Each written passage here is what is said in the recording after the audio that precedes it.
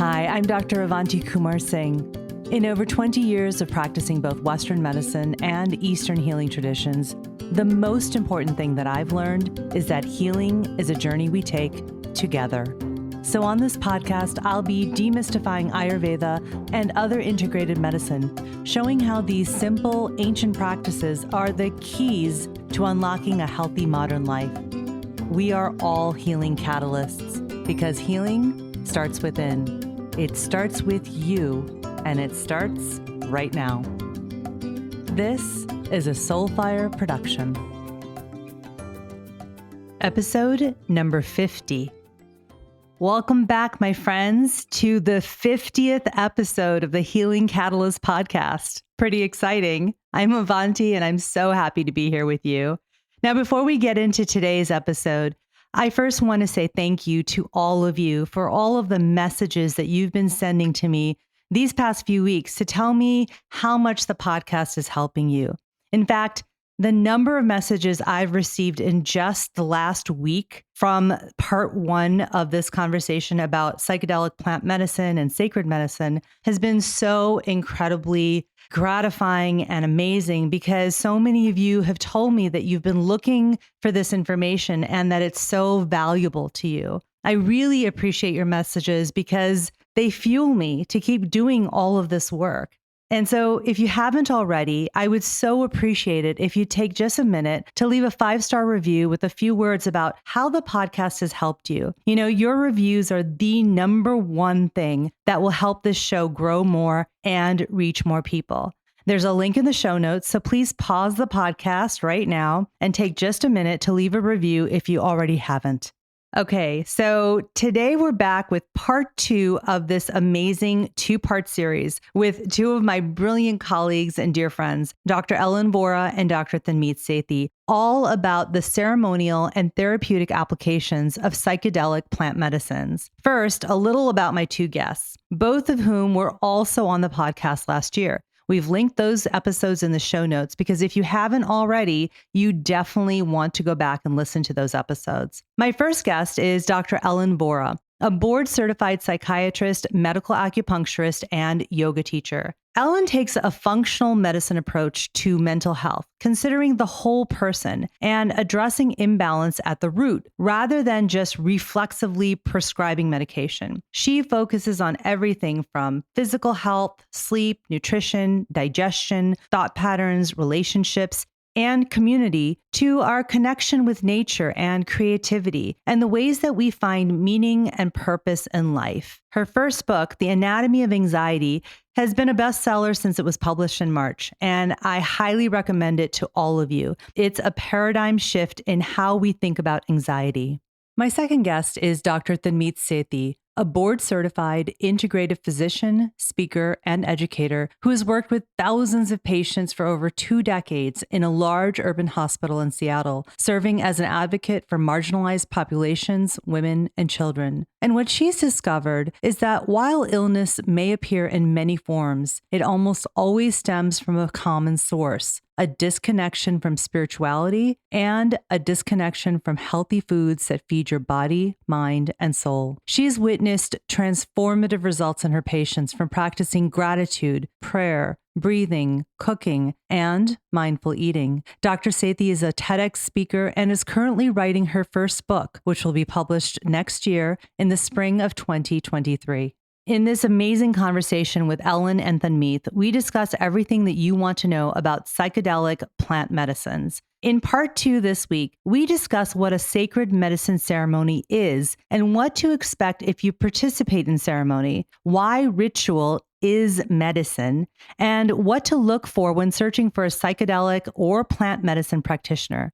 And in case you missed it, last week in part 1, we discussed what psychedelic medicines are, how they work, the history of psychedelic plant medicine in indigenous cultures, and the importance of community and ritual in healing. That's linked in the show notes in case you want to go back and listen to that. I highly recommend it. And as I said last week, in these conversations, both Ellen and Tanmeet share their wisdom and knowledge from a place not just of years of training and expertise as doctors, but from a deep place of humanity and love. I hope that you enjoy this continuation of our beautiful conversation about our personal and professional journeys with sacred plant medicine. And I hope that it serves you on your healing journeys as well.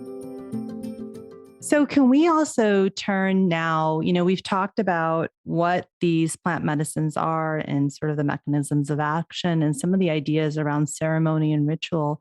Would either of you be willing to share a little bit more specifics about how a plant medicine ceremony really works for people who might be wondering, well, what does that mean even?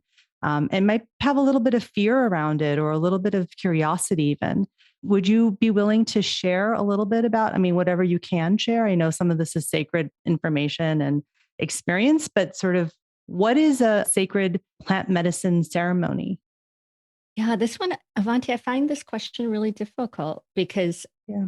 there's no one. It's such a heterogeneous and vast, cultures that use these plants. And then I can't speak for even, a minutia of them, hardly any, and nor would I want to. But I do think that there are elements of Yeah. ceremony that are common and that do not violate the sacred wisdom that is to only be shared with those who are offered it. And like I said, ceremony is something you make yourself as well. And so people can make anything ceremonial. I think that commonalities really are about gratitude, honoring, and community is what I have not thought this out. I'm thinking it out with you here. Please.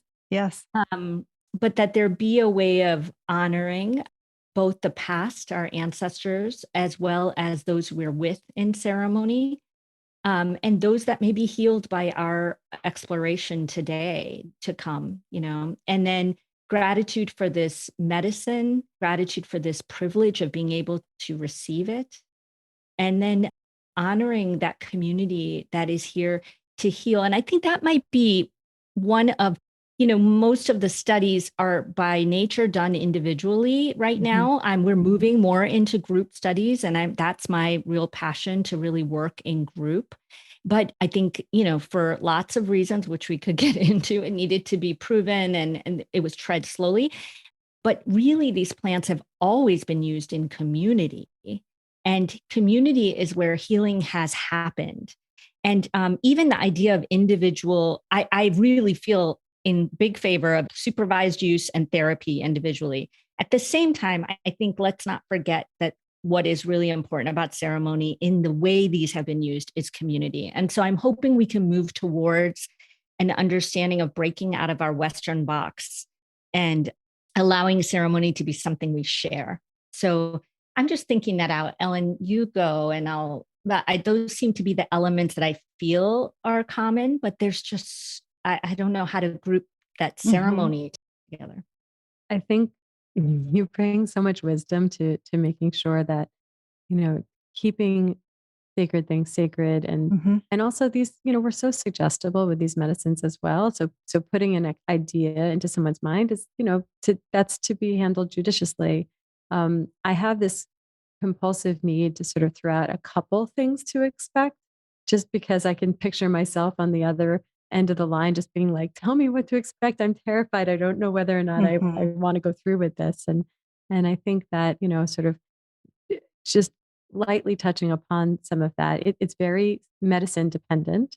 Like with MDMA, for example, to me, set and setting is so impactful with all of them, but MDMA, people use it as a party drug, or they might want to dance, or they might want to make love. And some people, like, when it's used in these therapeutic settings, I think that one of the most important thing that comes up is you're sort of undefended and it's an empathogen. So it starts to make it much more accessible to find compassion and understanding and empathy for everything in your life, the good stuff, but also the hard stuff. And that's really useful. It's really useful. And not to sort of forgive anyone who's done something wrong. It's not for them, it's most of all just for the ways that it hardens our own hearts to carry around the trauma or the resentment or the, just all of the ways that we hold on to the wrongs. And then with something like ayahuasca, there's a lot of drama around the purging, the getting well, it's called, where you might throw up. And I will just say that, like for me, I came into it thinking, ugh, I don't want to do that. That doesn't sound fun. And I come away being like, oh, it's kind of the best part. It's like, it's not, um, in a way, what's for me much worse is not purging. And so you kind of have this initial phase of nausea that can build, and getting well or purging is actually an incredible release, and you feel much better afterward. And at least in my experience, it seems to catapult me into a really deep place in the ceremony. And I've always thought about it as like you're entering a temple. For me, and I bring a lot of a spiritual relationship to these medicines, I feel like I'm about to go be with God, and you cannot enter that temple lightly. That it has to be at salient. It has to feel powerful. And for me, the way my body enters or passes through that threshold is with nausea and vomiting. And in many ways, I'm thrilled when I get to that point in ceremony, and I know that I'm about to go be with God. And um, and I think that one thing that's consistent through the classic psychedelics is a little bit of something I always find myself debating. Is it a royal road to truth? Is it a royal road to my own unconscious? Is it guidance from on high? I don't know. I don't know. And I'm not sure it totally matters as Hmm. long as the message is one of love. If it's a Hmm. dark message, I'll second guess it. But if it's a message around connection, love, trusting, surrendering, feeling unconditionally loved, and accepting that message, I don't really care if it comes from my own unconscious or from a spirit form. Like it's a really helpful takeaway. Hmm. We'll come back at a point to talking about sort of what can be challenging in ceremony, but Yeah. we'll put that on hold for right Yeah. now. Although somebody might think the nausea and vomiting would be challenging. It's the least of your problems. Yeah.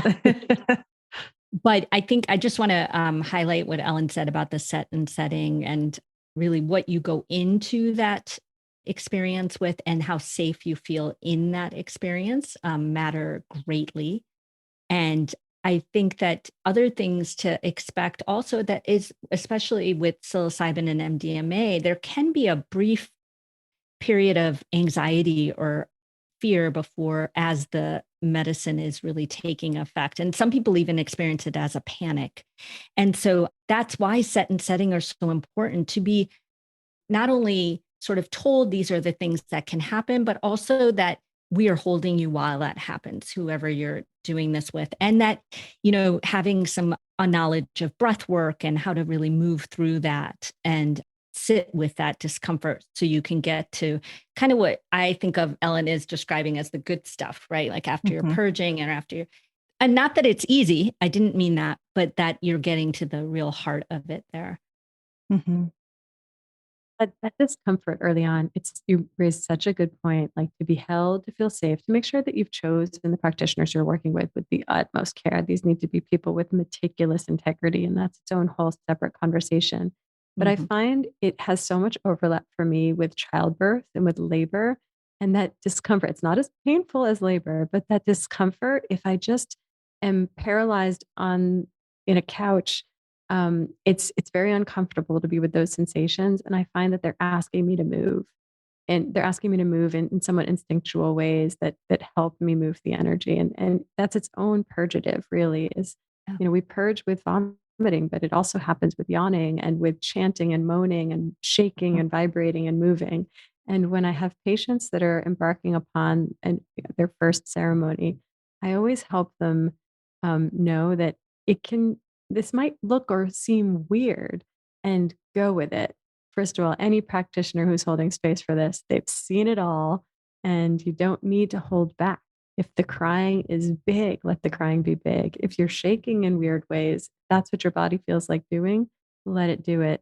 And I think there's really a nice, like when I get into that panicky early feeling, that autonomic slide into ceremony that you want to grip and resist.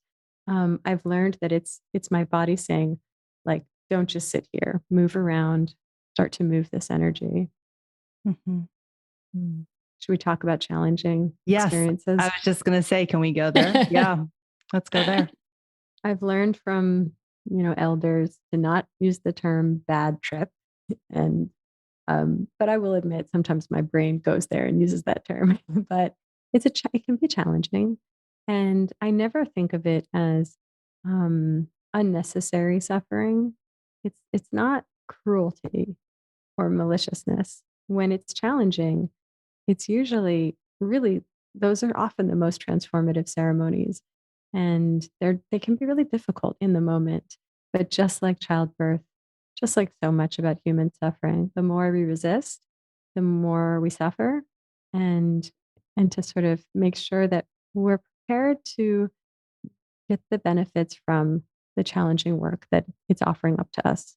I do think that these medicines are benevolent. I think that they give us what we're ready for.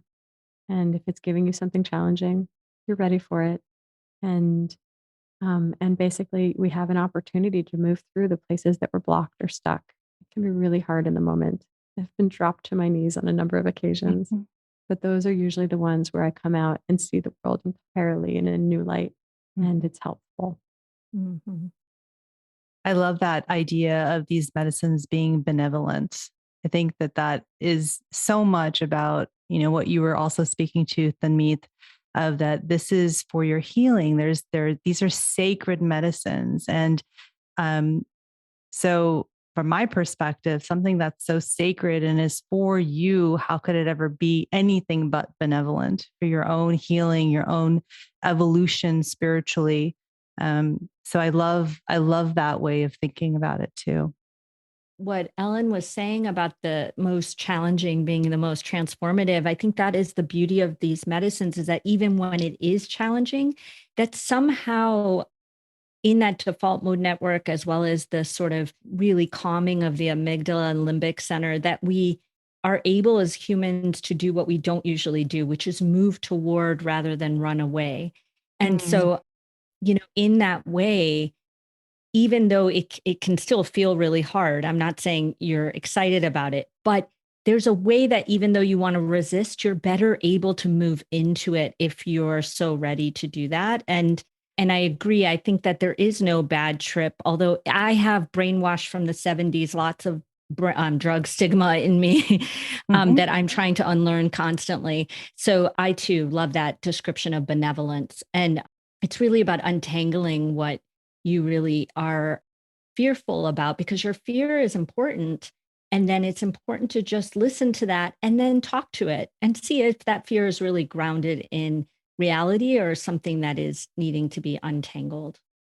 Yeah. And just a kind of a nice piece of advice that I got, I think my first ceremony was, you can talk to the medicine and you can always, like, you are a participant in where it goes.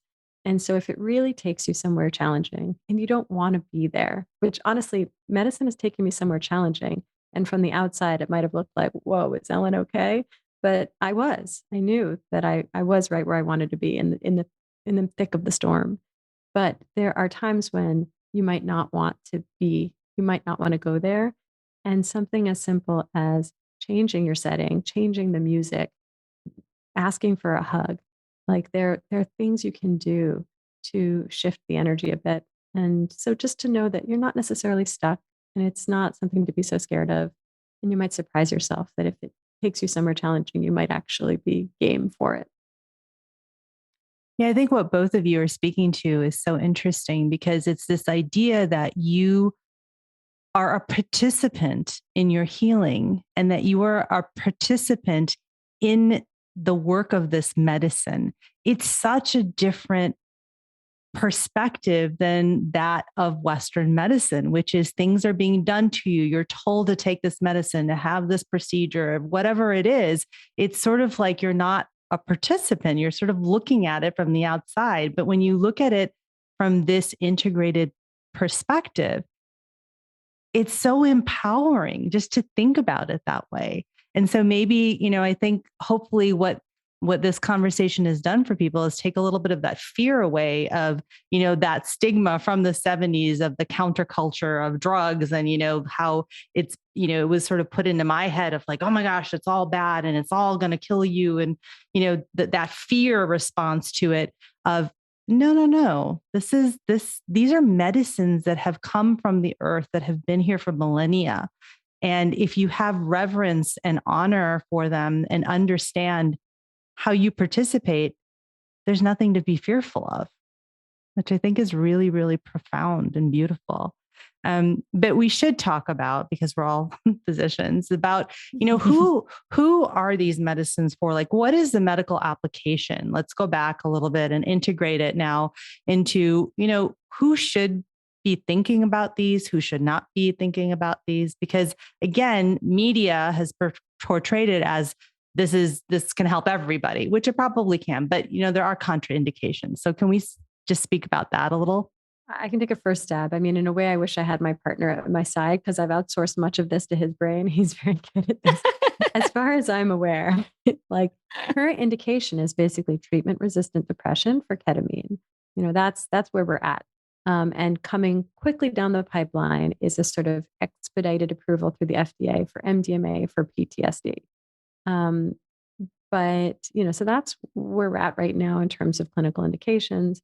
But what I think is that I sort of categorize brains into like rigid and stuck or chaotic. And there's a lot more to brains, but that's one way I could classify someone's brain. And I think the psychedelic can be particularly helpful for any state of rigidity or stuckness, melancholic depression, OCD, sort of certainly trauma, different kinds of addictions. I think that really entrenched patterns where the groove just keeps getting deeper and deeper, and life keeps kind of even reinforcing how someone is stuck. And for them, I think psychedelics are often really useful. Chaotic brains, like a poorly managed bipolar disorder, sort of anyone with any liminal touch with psychosis, like I don't want them working with psychedelic medicines. And yeah, I think the ritual, the ceremony, critical, really therapeutic. But the ability to shake up the snow globe and have the snow fall in a different pattern is not what someone with a brain like that necessarily needs.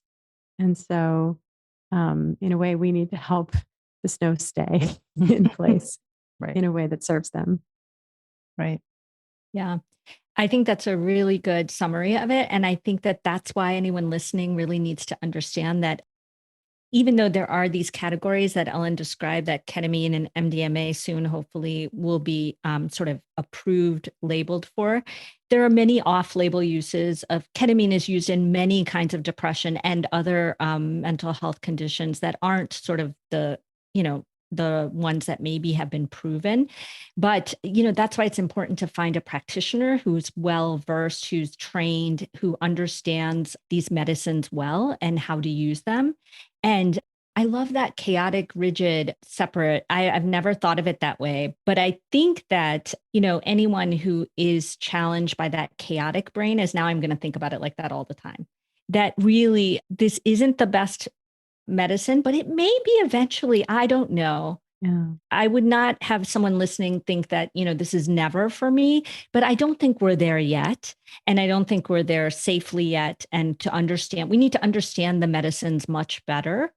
But in general, it's been not only studied for PTSD and depression, but as Ellen said, alcohol abuse, smoking cessation, and OCD, eating disorders. Mm-hmm. And one of my favorites is, the existential anxiety with life-threatening cancer and life-ending disease. Yes. So really this idea of I'm not sure how to come to peace with death, and also how to come to peace with leaving my loved ones or being left as well.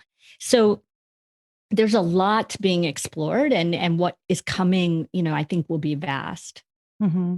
I love that caveat you bring up of just not yet. And when I think about the chaotic brain, I'm always thinking, well, what is the root cause in any given individual's chaotic brain? Right. And sometimes it can be trauma. And then I think it would be doing a disservice to think that MDMA might not be indicated. But I do think this is truly a case where we need more research just to know potential benefits, potential negative consequences. Definitely. And so then the question is going to be for a lot of people, including myself, how do you figure out where to go to find someone to help you discern if this might be a good idea for you or not, because I think that that's another challenge of, you hear all, again, the media, you can just go get a ketamine treatment. You can just do this, you can do that. And it's very confusing. So what would your advice be there? For anybody who wants to stay sort of above board, legal, it's ketamine right now. And there are really good ketamine clinics, and they all have a slightly different focus. As a psychiatrist, I'm somewhat partial. I like ketamine centers that put a lot of emphasis on integration. And so I'm not that, I don't have a strong preference between IM or IV. Maybe oral, I think, can sometimes be a little bit less effective, but it can all be effective. And so I just try to point people towards a really good integration focused ketamine treatment center in their area. I'll have patients who are open to traveling internationally to places where different substances are legal. So, psilocybin, for example, in Holland and Jamaica, I think also in Bali, it's legal. And then places in South America where ayahuasca is legal. And we haven't even talked about ibogaine, but that's a whole other conversation. And I think that then it's really about discerning the integrity, the quality, the expertise that's happening there. And there's no perfect database. It's really about word of mouth and kind of doing a gut check and doing your research. And then there are underground practitioners who I will now list out loud on the podcast. But I kid, April Fools. So I think that the thing about it is that these are people, these are people that are really putting their license, their livelihood at risk to offer up this medicine because they believe so strongly that it's needed. And so there's no above ground way to be distributing this information for good reason, but taking the extra steps to find the underground practitioners in your area can sometimes be a good path. And in my experience, these are practitioners who are practicing with quite a lot of, they're very judicious. They're cautious. They have to be. And they're really just doing a service, and sometimes putting their own license at risk in order to provide this service, make it accessible. Yeah. And then I would just add to, try your due diligence if you're going to a retreat center or a center in a different country to see if they have reciprocity with the local cultures from where they've received these plants and this knowledge. Are they giving back? Are they honoring the shamans and teachers who've brought it to them? There's a real fine line between this medical tourism exploitation and going to have an experience and ceremony. And it really is, unfortunately, treading a line that is worrisome to me. That's another point of just doing your diligence there.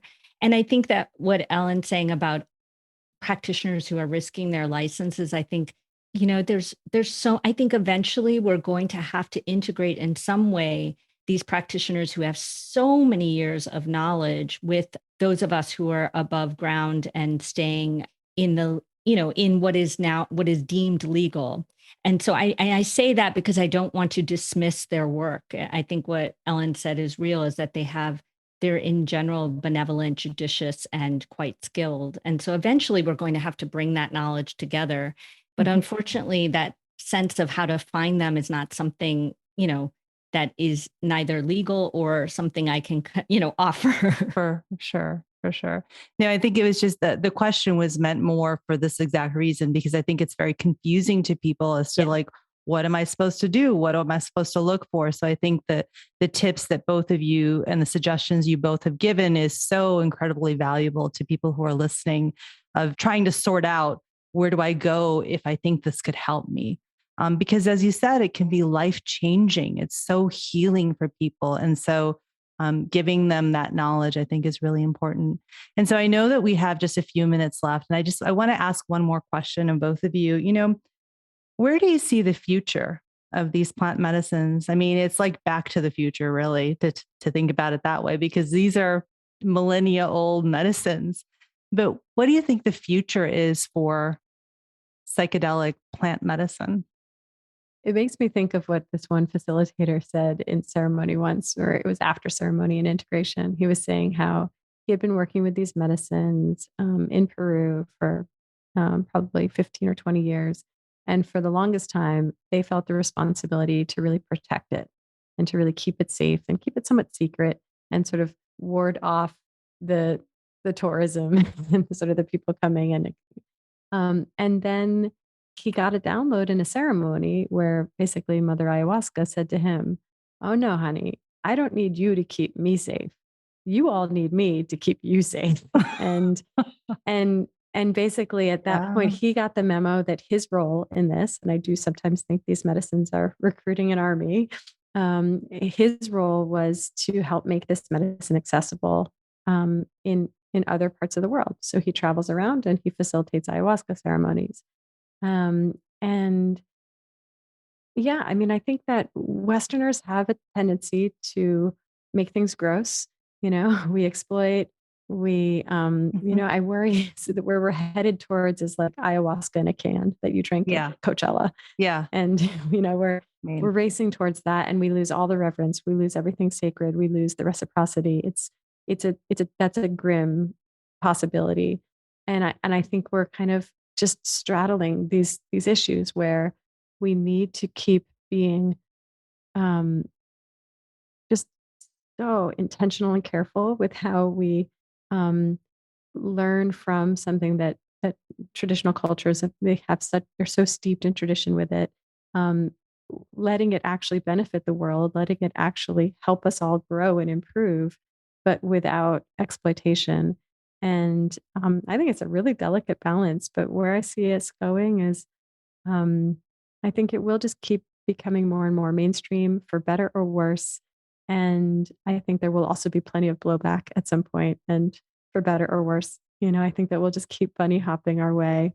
But more and more, I think that um, I do actually think it's pretty transformative medicine. And I'm interested in humans quieting our default mode networks, realizing we're more interconnected, finding access to our capacity for empathy. And so it does make me hopeful that we're having a more mainstream effect. And I will just want to shout out to organizations like MAP and universities like Johns Hopkins, UCLA, NYU. They're doing such careful research and they're approaching it so intelligently.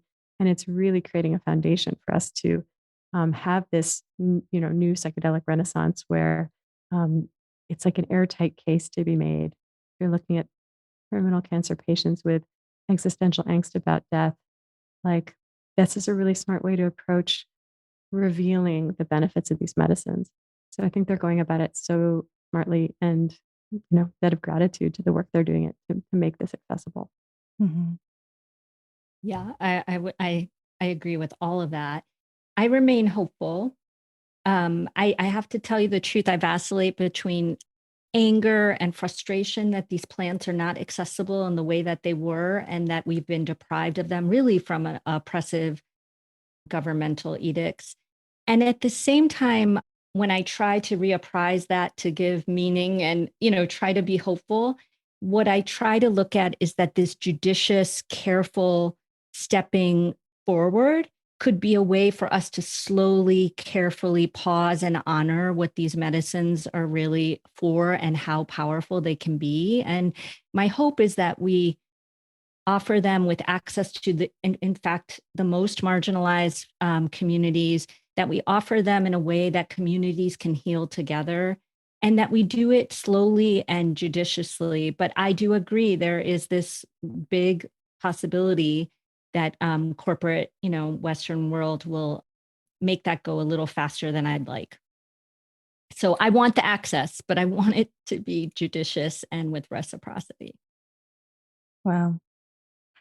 I have so many more things I want to talk about, but I know that we're at the end of our time. So all I can say is thank you so much to both of you for sharing your wisdom and your knowledge and your expertise. I know that these 2 episodes are going to help so many people. So thank you so much for being with me, both of you. Thanks again for listening to The Healing Catalyst. If you love what you heard, please hit follow and pass it along to a friend. And if you're feeling really inspired, please rate and review so that others can find this podcast more easily. To learn more, head to avantikumarsingh.com. And to connect with me directly, find me on Instagram at avantikumarsingh. I'll be back next week and hope that you will be too. Until then, remember, with the right catalyst, you have the power to activate your own healing, because healing starts within.